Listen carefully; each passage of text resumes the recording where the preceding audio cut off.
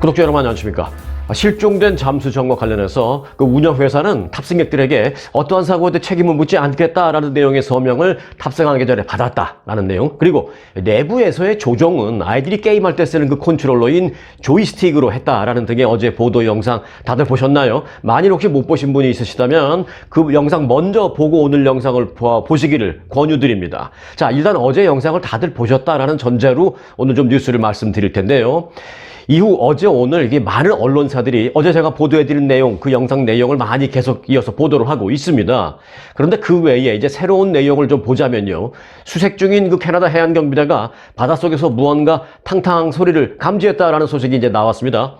그런데 탕탕 두들기는 그 소리가 의미하는 몇 가지 의미도 지금 간단하게 여러분들에게 정리를 해드릴까 합니다. 자, 우선 그 소리가 과연 잠수정에서 보내는 그 일종의 구조 신호일까 하는 문제인데요.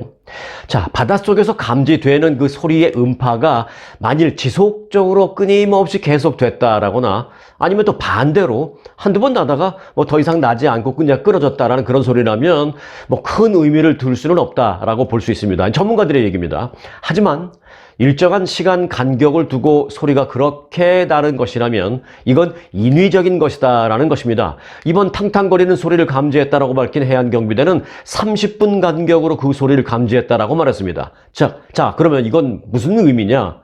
인간이 무언가 목적을 갖고 신호를 보내고 있다라는 그런 의미로 전문가들은 분석하고 있다는 것입니다.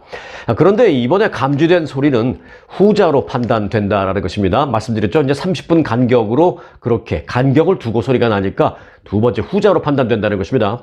이 부분은 다소 좀 흥분될 만한 그런 기쁜 소식입니다. 하지만요, 어제 전해드린 영상을 보신 분들은 바로 이해하시겠습니다만은 이 음파 탐지기가 소리를 감지했고 또 그 소리가 잠수정에서 보내는 소리라는 판단을 갖게 됐고 하더라도 문제는 기술과 시간입니다. 자, 먼저 기술 문제입니다. 현재 인류는 음파 탐지기라는 것을 통해서 소리를 감지할 수 있는 기술까지는 갖고 있습니다. 하지만 감지된 그 소리를 바탕으로 정확한 위치를 곧바로 찍어내는 기술까지는 아직 없습니다. 소리를 탐지한 탐지기가 설치된 그 위치를 중심으로 서서히 수색 범위를 좁혀가는 게 현재로서는 최선인데요. 이게 시간이 걸리기 때문에 기술과 시간이라는 두 가지 키워드를 말씀드린 것입니다. 기술과 관련해서는 몇 가지가 더 있습니다. 예를 들어서 감지된 소리를 추적해서 운 좋게 빨리 실종된 잠수정을 찾았다 하더라도 너무 깊은 바닷속까지 내려가 있다면 이걸 사람이 직접 접근해서 잠수정 양쪽에 고리를 걸어 물 밖으로 건져 올리는 이런 게 어렵다라는 점입니다. 너무 깊은 심해소까지는 잠수부가 들어갈 수 없기 때문입니다. 그럼 실종된 잠수정은 과연 얼마나 깊은 바다에 들어가 있을까 하는 문제인데요. 해당 잠수정은 바다로 들어간 지 1시간 45분 후에 통신이 두절되었습니다. 자, 이걸 분석해 보면 대략 수심 1900m까지 내려간 것으로 추정됩니다. 관광을 하겠다라는 그 침몰한 타이타닉호의 그 잔해가 있는 곳은 수심 4000m니까요. 한 중간 정도쯤 갔을 때 통신이 두절된 셈입니다. 물론 통신 두절 그 이후에도 계속 내려갔다면 그 이상이 물론 될 수도 있고요. 어쩌면 그래서 이제 발견을 하기 위한 수색 작업보다 발견을 한 이후에 해야 할 어떤 구조 작업이나 아니면 수습 작업이나 이런 게 오히려 더 어려울 수도 있다라는 그런 상황입니다. 자, 시간과 관련해서 하나 더, 이건 정말 너무 안타까워서 설명드리기도 괴로운데요. 그 안에 탑승 인원이 5명이라고 말씀드렸습니다. 그 5명이 사용할 수 있는 산소량이 지금 문제입니다. 특정 변수가 없다는 전제하에 이들은 96시간을 사용할 수 있는 산소를 탑재하고 내려갔습니다. 하루가 24시간이니까 만 4일치 산소량입니다. 그런데 이들이 출항을 한 건 지난 일요일 새벽 6시, 그러니까 미국 동부 시간입니다. 단순한 계산으로 한다면 그러니까 오늘 미국 서부 시간으로는 새벽 3시, 미국 동부 시간으로는 새벽 6시, 그리고 멀리 한국 시간으로 계산을 해본다면 목요일 저녁 7시가 남아있는 산소를 사용할 수 있는 마지막 시간이다라는 것입니다. 영상을 보시는 시간에 따라서 이미 그 시간이 지났을 수도 있겠습니다. 그나마 조금 변수를 보태보자면요. 실종됐다라는 조건 속에서 그 안에 탑승원들이 몸도 많이 안 움직이게 되면서 산소 소비량이 평소보다 줄어들었을 가능성도 생각해 볼 수 있습니다. 갖고 있는 산소는 일정하지만 그 안에 5명이 몸을 많이 움직이지 않고 가만히 누워 있으면서 그저 그냥 탕탕거리는 이 손의 움직임만 했다라는 전제하에 산소를 소비하는 게 예상보다 좀 적을 수 있습니다. 그렇다면 예상보다 몇 시간 정도는 더 산소를 소비할 수 있다. 그런 산소 소비 데드라인이 조금은 늘어날 수 있다라는 생각을 희망적으로 좀 해봅니다. 그래서 기술과 시간 이 두 가지와의 싸움이 되고 있다는 말씀을 드린 것입니다. 부디 기술은 두 번째 치더라도요. 우선 시간과의 싸움에서만큼이더라도 그들이 좀 이겨내주길 바라겠습니다. 자, 굿뉴스를 좀 기다리면서 일단 다른 뉴스도 안 해드릴 수가 없으니까 몇 가지 오늘 주요 뉴스를 좀 간추려 드리겠습니다. 세계 최대 전자상거래 업체 아마존이 미국 연방거래위원회로부터 또 소송을 당했습니다. 제가 왜 또라는 표현을 쓴 건지는 조금 이따가 말씀드리고요. 일단 이번 소송은 유료 회원 가입 문제입니다. 연방거래위원회 FTC가 아마존을 소송한 이유는 이렇습니다. 아마존이 고객들에게 이 프라임 멤버, 이 유료 회원제 이 프로그램 프라임 멤버에 가입하게 하고 취소를 하는 그 절차는 매우 복잡하게 만들어서 FTC는 온라인 신뢰 회복법을 위반했다라면서 소송을 제기했습니다. FTC는 고객들이 프라임에 가입하도록 하기 위해서 아마존이 다크 패턴을 이용했다라고 판단을 했습니다. 이 다크 패턴이라는 것은 이제 우리말로 하자면 눈속임 상술 정도로 보시면 되겠습니다. 쉽게 말해서 이용자들로 하여금 특정 선택을 하도록 하는 기만적인 수법으로 동의 없이 가입하도록 유도했다라는 것입니다. 예를 들어서 프라임 멤버가 아니면 사이트에서 물건 사는 것을 굉장히 어려운 것처럼 그런 인식하게 만들었고요. 또 자기도 모르게 프라임 멤버 가입에 동의하게 되도록 어떤 눈속임식으로 만들었다라는 것입니다. 뿐만 아니라 얼떨결에 가입을 했는데 이를 뒤늦게 알고 취소하려면 취소하기 위한 그 절차는 매우 복잡하게 되어 있어서 이 프라임 구독 종료를 어렵게 만들었다라고 FTC는 주장했습니다. 리나 칸 FTC 위원장은 이례적으로 어제 성명을 내고 아마존은 이용자를 속여서 동의 없이 프라임에 가입하게 함으로써 그들을 당황하게 하고 계획하지 않은 비용을 지불하게 했다라고 비판했습니다. 이 아마존 프라임은 1년에 $139 받고 무료 배송을 받을 수 있는 그런 회원제 프로그램이죠. 현재 전 세계에 2억 명 이상이 가입되어 있습니다. 한편 앞서 제가 또 소송을 당했다라는 그 또라는 표현을 쓴 이유는요. 이 FTC는 지난달 아마존을 상대로 스마트 홈 업체인 그 링이라는 회사의 그 이용자의 사생활 보호를 위한 조처를 하지 않았다라면서 소송을 이미 제기한 바 있습니다. 이 아마존은 이 소송의 해결을 위해서 $580만 지불하기로 했고요. 이 스마트 홈 업체 링은 아마존이 지난 2018년에 인수한 업체라서 현재는 아마존이 모든 법적인 책임을 갖고 있는 그런 상태입니다. 그리고 이뿐만이 아닙니다. 아마존의 그 AI 플랫폼인 이 알렉사가 구동을 하는 스피커 있죠? 저도 있습니다. 그 알렉사가 구동하는 스피커가 부모의 동의 없이 13세 미만 아동에 대한 정보를 수집했다라며 이 FTC를 대신해서 연방 법무부가 또 소송을 제기한 바도 있습니다. 그런데 이 소송과 관련해서는 아마존이 또 $2,500만 내놓기로 합의한 바 있습니다. 그래서 FTC가 또 소송을 했습니다라는 또라는 표현을 제가 쓴 겁니다.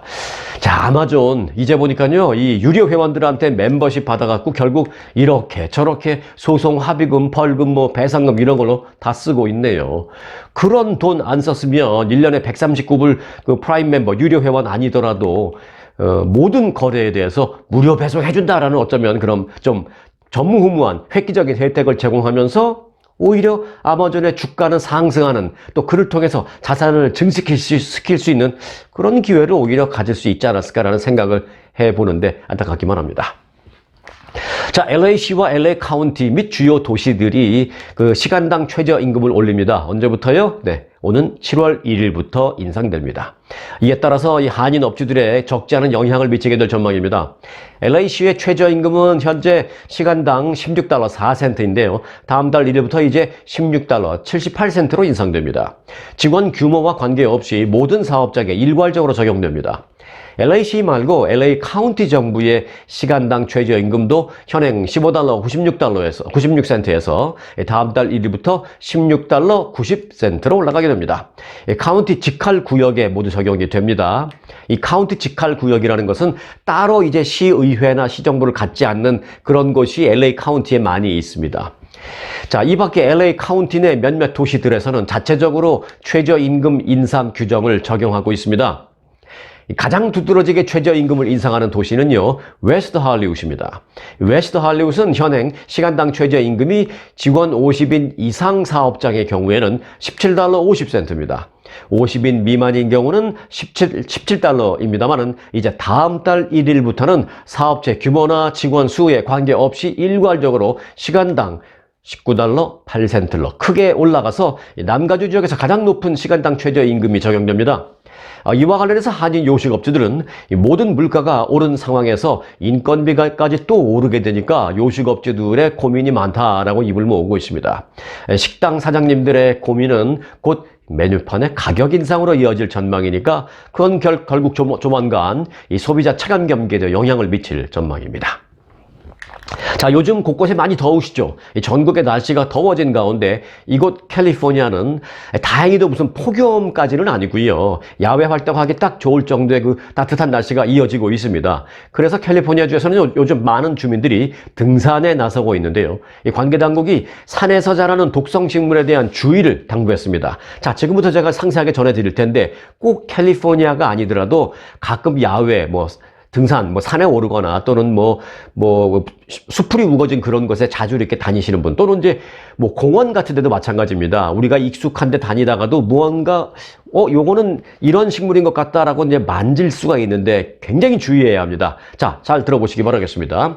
캘리포니아 정부는 가장 흔한 독성 식물을 1부터 4까지의 등급으로 분류하고 있는데요. 특히 가장 위험한 4등급 식물은 먹었을 때는 물론입니다만 심지어 만지기만 해도 치명적인 맹독을 갖고 있다라고 설명했습니다. 이에 따라서 주정부는 몇 가지 대표적인 예를 공식적으로 공고하면서 각별한 주의를 당부했습니다. 자, 예를 들어서 열매가 진드기 모양과 매우 비슷한 이 아주까리, 많이들 들어보셨죠? 우리 아주까리. 영어로는 캐스터 빈이라고 하는데요. 이는 씨앗에서 얻을 수 있는 기름, 즉 캐스터 오일이 공업용 윤활유에 쓰이는 것으로 잘 알려져 있습니다. 우리 옛날에도 한국에서 이 아주까리 기름 많이 사용한 적이 있습니다. 하지만 이 아주까리의 생열매는 리신이라는 독성 단백질을 함유하고 있는데 씨앗 20알 정도면 성인의 치사량입니다. 주변에서 흔하게 볼 수 있습니다만 독성이 강해서 범죄에도 사용되기도 합니다. 한 6년 전인가요? 그 김정은의 이복형 김정남이 말레이시아인가 어디서 이제 2명의 그 베트남 여성에게 당했을 때도 이 리신이라는 성분이 거론되기도 했었습니다. 자, 그리고 또 있습니다. 이 악마의 나팔이라고 불리우는, 그래서 Devil's Trumpet이라고 불리우는 흰독 말풀이라는 식물도 있습니다. 흰독 말풀. 이것은요, 모든 부분이 매우 강한 독성을 포함하고 있는 것으로 잘 알려져 있습니다. 영어로는 짐썸위드라고 합니다. 잎사귀 한 개를 섭취해도 치명적이라고 주정부는 역시 주의를 당부했습니다. 이 경미한 증상은 피부 홍조, 두통 등입니다만 심할 경우에는 환각, 경련, 심지어 혼수 상태에 이를 수도 있다고 합니다. 그리고 이제 이 외에도 통상 봄에 나는 독당근, 포이즌 햄락이라는 것도 있는데요. 이 포이즌 햄락, 독당근은요, 소크라테스의 독배를 만든 그런 풀로 유명합니다. 그래서 아주 소량으로도 치명적인 독이 될 수도 있는 것으로 잘 알려져 있습니다. 독당근, 이 포이즌 햄락의 독소가 피부 상처를 통해서 몸 안이나 또는 눈, 코, 입 등으로 옮겨갔을 경우에 메스꺼움, 구토, 발한 등 경증에서부터 심하면 근육마비, 호흡곤란에 이어서 사망 등을 초래할 수도 있다고 합니다. 이 때문에 독당근, 이 포이즌 햄락을 다룰 때는 장갑과 보호복을 반드시 착용해야 한다라고 합니다. 하지만 이 독당근이 파슬리 등과 겉보기에는 구분이 매우 어려워서 주의가 역시 각별히 요망된다고 합니다. 자, 그리고 그 외에도 데스캐머스라고 있습니다. 데스캐머스도 주의해야 하는데요. 이 데스캐머스는 아주 작은 야생 양파와 매우 비슷하게 생겼습니다. 한번 구분해 보시겠습니까? 네. 자, 이제 첫 번째 사진은 명칭을 써 놓았으니까 뭐 얼추 구분이 가능하실지 모르겠습니다만은 이 두 번째 사진에서는 한 사람이 두 개의 식물을 같이 한 손에 갖고 있는데 구분이 절대 쉽지 않다라는 것을 금방 아실 겁니다. 자, 그래서 주의가 요망된다라는 것입니다. 그리고 이제 이 외에도 더 많은데 여러분들께 이제 더 많이 알려드리고 싶습니다만은 다 시간 관계상 다 못 알려드리고 걱정이 돼서 하나만 좀 더 일러드리겠습니다. 흔히 요리에 많이 쓰는 파슬리 좋아하시는 분들 많은데요. 이게 그냥 파슬리는 아주 향도 좋고 좋은 식용식물인 반면에 Fool's Parsley라고 있습니다. Fool이라는 것은 이제 뭐 어리석다라는 얘기할 때 이제 그런 얘기하는데, 그 Fool's Parsley라는 것은 이거는 먹으면 또 안 되는 겁니다. 이건 또 독성식물입니다. 그런데 모양은 비슷합니다. 네, Fool's Parsley는 식용 파슬리에 비해서 조금 뭐 잎이 작아 보이기는 합니다만은 눈으로 구분은 절대 쉽지만 않습니다. 하지만 이 Fool's Parsley는 독성이 있기 때문에 일각에서는 Poison Parsley라고 부르기도 하고요. 또 이제 조심하라라는 차원에서 Only a fool eats Fool's Parsley. 어리석은 사람만이 Fool's Parsley를 먹는다라는 그런 말이 있기도 합니다. 결국 결론은 전문가가 아닌 이상 야외에 나가서 어떤 식물을 봤을 때 독성 여부를 구분하기는 매우 어려운 일이니까 가급적 야외에서 모르는 식물은 만지지 않는 게 중요하다. 또 먹지 않는 것은 당연하다라는 그게 이제 중요하게 제가 드리는 메시지입니다. 그런데 이제 만약 이 같은 위험 식물을 실수로 만졌거나 또는 실수로 섭취를 했을 경우에 즉각 어떻게 해야 하냐? 일단 911로 신고를 해야 하고요. 더불어서 독극물 통제센터로 전화를 해야 합니다. 그리고 조금 이제 구체적인 대응 방법을 말씀드리자면 일단 의심되는 그 식물을 섭취했을 경우에 증상이 나타날 때까지 그냥 마냥 신고를 늦추면서 기다리지 말고 바로 신고를 해줄 것이 요망되고요. 그리고 피부와 눈, 코, 입 주위에서 식물을 바로 제거하고 또 감염된 부위를 씻어내고 또 중요한 게 하나 있습니다. 나중에 의료진에게 보여줄 어떤 식물에 내 감염이 된 것 같다라는 것을 이제 보여주는 건 굉장히 중요한데요. 치료할 수 있는 시간을 빨리 단축시키기 때문에 굉장히 결정적으로 중요합니다. 그 의료진에게 나중에 보여줄 수 있게 그 식물의 샘플을 가능한 한 안전하게 일부 보관해 놓는 것이, 일부 갖고 있는 것이 좋다라고 전문가들은 조언하고 있습니다. 물론 갖고 있을 때도 안전한 방법으로 보관하는 것이 좋습니다. 자, 중고차 얘기를 좀 해드리겠습니다. 최근 들어서 가격 부담이 큰 신차 대신에 중고차 구매가 늘고 있는 가운데 유지와 보수 비용이 비싸서 피해야 할 중고차 모델 탑10이 공개됐습니다.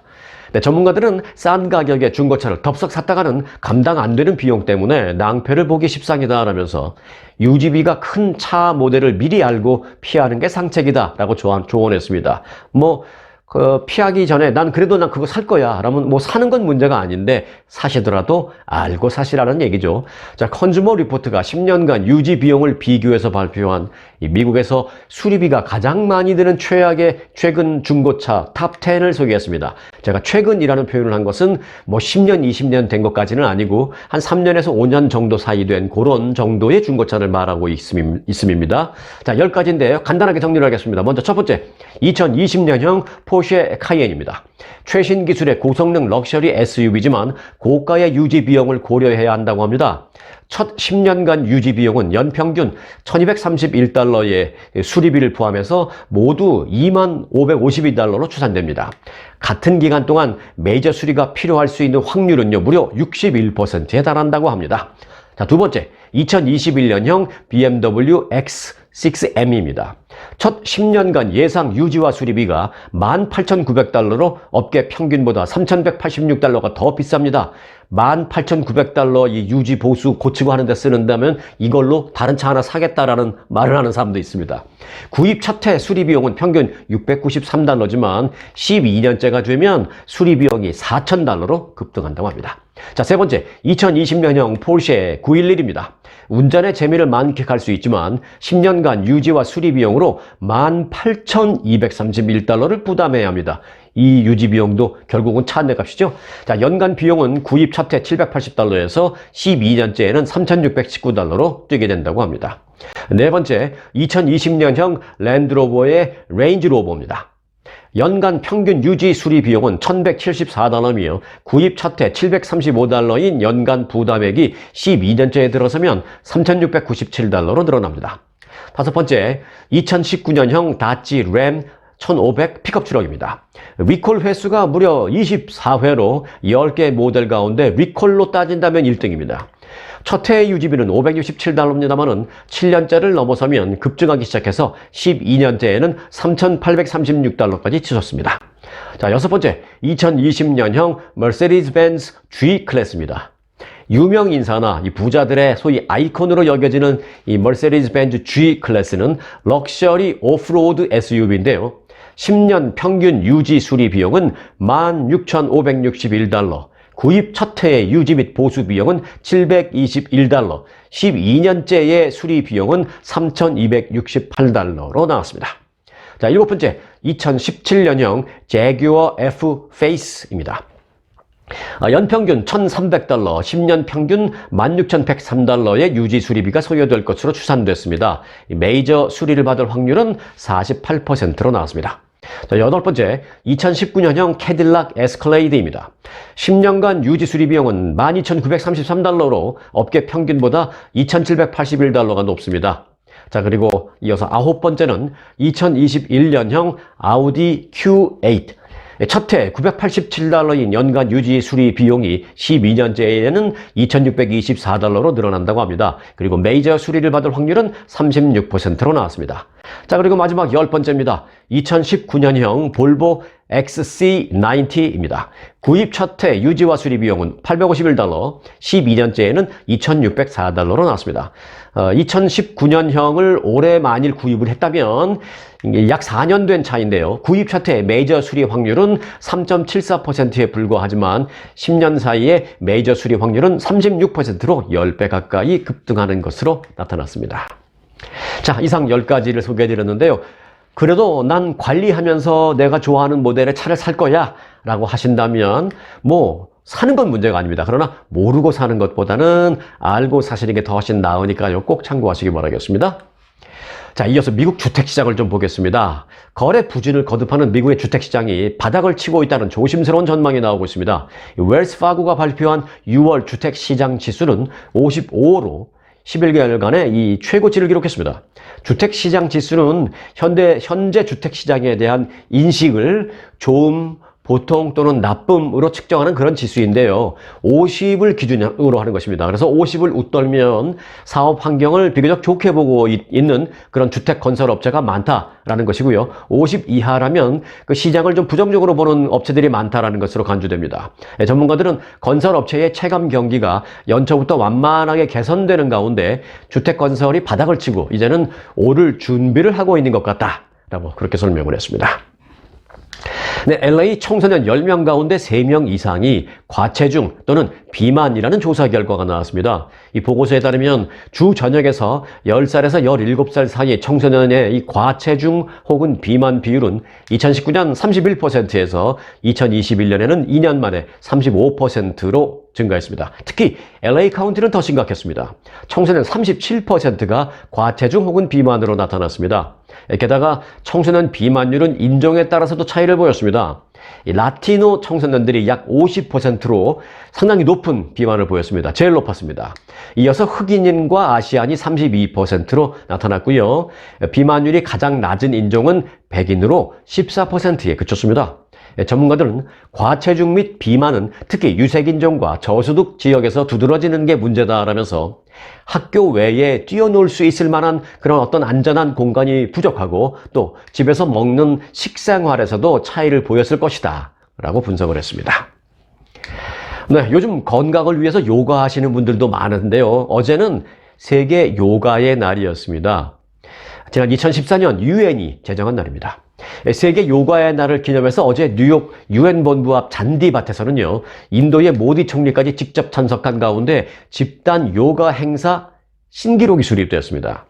영화배우 리처드 기어 등 1000여 명의 군중이 함께한 이 집단 요가에는 사람이 가장 많았다라는 신기록을 세운 것이 아니었고요. 어제 세운 신기록은 무엇이냐? 사람의 인원 수, 그것도 물론 많았습니다만 와는 특별히 관계없이 거기에 참가한 사람들의 국적이 가장 다양했다. 요걸로 신기록을 받았습니다. 어제 집단 요가에는요, 총 135개국 국적자가 참여해서 가장 많은 국적자가 모인 요가 레슨으로 기네스 세계 신기록을 세웠습니다. 이 자리에서 인도의 모디 총리는 이렇게 말했습니다.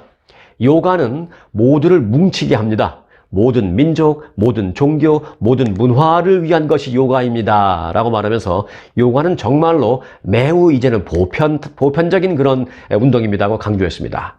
요가는 모두를 뭉치게 한다. 요가는 모든 민족, 모든 종교, 모든 사람을 뭉치게 한다라고 말을 했다고 제가 지금 전해드렸죠. 그런데요, 이 요가의 보편성과 통합을 강조한 것과는 달리 인도의 모디 총리는 자국 내에서는 그 힌두 민족주의 정책으로 인도의 소수 종교와 반체제 인사를 탄압하고 있다라는 그런 비판도 제기되고 있는 그런 상황이잖아요. 그래서 참 아이러니하다라는 그런 비난도 어제 많이 나온 그런 상태였습니다. 어제 꼭 어제뿐만이 아니라 참 세계 신기록도 많고요. 또 세계적인 아이러니도 많은 그런 세상입니다. 자, 마지막으로 보너스 뉴스 전해드리겠습니다. 오늘 보너스 뉴스의 제목은 제가 이렇게 지어봤습니다. 드디어 올 게 왔다. 자, 인공지능 AI에게 직업을 빼앗긴 사람들이 독일의 한 신문사에서 나왔습니다. 유럽 최대 판매 부수를 가진 독일의 타블로이드 신문 빌트가 앞으로 편집 업무를 AI로 대체할 계획이라고 밝혔습니다. 신문사 빌트를 소유하고 있는 모 회사인 악셀 스프링어는 빌트 직원들에게 보낸 이메일에서 경비 절감책의 일환으로 AI와 자동화를 적극 도입할 것이다 라면서 이같이 공개했습니다. 이 악셀 스프링어 회사는 디지털 시대에 AI가 대신할 수 있는 업무를 지금 하고 있는 직원들과는 AI가 충분히 대신할 수 있는 그런 업무를 지금 하고 있는 그런 직원들과는 앞으로 동행이 힘들 것 같습니다 라고 말했습니다. 악셀 스프링어는 구체적으로 편집자와 부편집자, 그리고 인수의 제작 지원자, 또 교정원, 그리고 사진 편집자의 일자리가 지금처럼 존재하지 않을 것이다 라고 대놓고 없어질 포지션을 꼭 집어서 발표를 했습니다. 감원 규모는 수백 명이 될 전망입니다. 인공지능이 처음 나왔을 때 많은 사람들이 편집이나 교정을 보는 일이 AI한테 뺏길 가능성이 높다라는 전망을 하긴 했었습니다만은 이렇게 세계적으로 유력한 신문사가 대놓고 관련 직종을 없애겠다라고 발표한 상황을 보니까 정말 이제는 실감이 납니다. 관련 직종 다시 한번 간단히 불러볼 테니까 참고하시기 바라겠습니다. 편집자, 부편집자, 인수의 제작 지원자, 교정원, 그리고 사진 편집자 등이라고 합니다. 파도가 밀려오고 있으니 그 파도를 피할지 마주보고 맞서서 이겨낼지 이제 결정을 해야 할 시기가 된 것 같습니다. 피하던 맞서던 아무튼 간에 이 파도에 휩쓸려서 내려가지 않게 그 파도의 웨이브를 오히려 잘 이용해서 그 서핑을 즐기는 서퍼들처럼 파도의 웨이브를 타시기 바라겠습니다. 자, 오늘 영상 여기까지입니다. 영상 유익하셨다면 구독, 좋아요, 알림 설정으로 함께 해 주시고요. 이미 구독하신 분들은요, 다시 누르실 필요 없다라는 말씀 드리시면서 저는 내일 다시 뵙겠습니다. 고맙습니다.